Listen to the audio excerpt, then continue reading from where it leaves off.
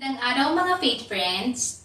Ito po si Geraldine Yason mula sa parokya ng Santa Teresita ng Batang si Jesus, Talisay, Lipa City. Samahan niyo po ako sa pagninilay sa mabuting balita sa araw na ito. At ang mabuting balita ay ayon kay San Juan, Kabanata 11, mga talatang 31 hanggang 37. Ngayon din ay ipinagdiriwang natin ang dakilang kapistahan ng kabanal-banalang puso ni Jesus. Happy Solemnity of the Most Sacred Heart of Jesus to all. Ayon sa mabuting balita, inulos ng sibat ng isa sa mga kawal ang tagiliran ni Jesus at biglang dumaloy ang dugo at tubig.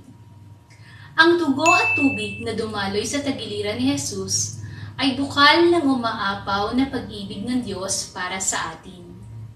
Noon, inialay ni Jesus ang kanyang buhay upang iligtas tayo sa pagkakasala. At hanggang sa ngayon, iniaalay pa rin niya ito upang samahan tayo sa ating paglalakbay patungo sa kaharian ng Diyos.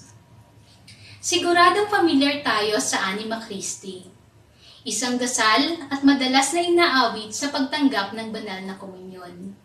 Sabi sa isang bahagi nito, "Hear me, Jesus, hide me in thy wounds that I may never leave thy side. From all the evil that surrounds me, defend me." Kung tatanggapin lamang natin si Jesus sa ating buhay at mananatili tayo sa piling niya, hindi tayo mag-iisa, hindi tayo mangangamba.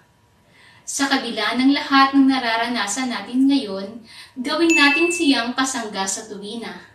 Kailangan lang nating manalig sa Kanya. Ang pag-ibig ng Diyos ang pupuno at magpapanibagong buhay sa atin, upang tayo rin ay maging daluyan ng mga grasya, kabutihan at pag-ibig ng Diyos para sa ating kapwa. Idalangin natin sa Diyos na naway patubayan tayo ng kabanal-banalang puso ni Jesus ngayon at sa araw-araw.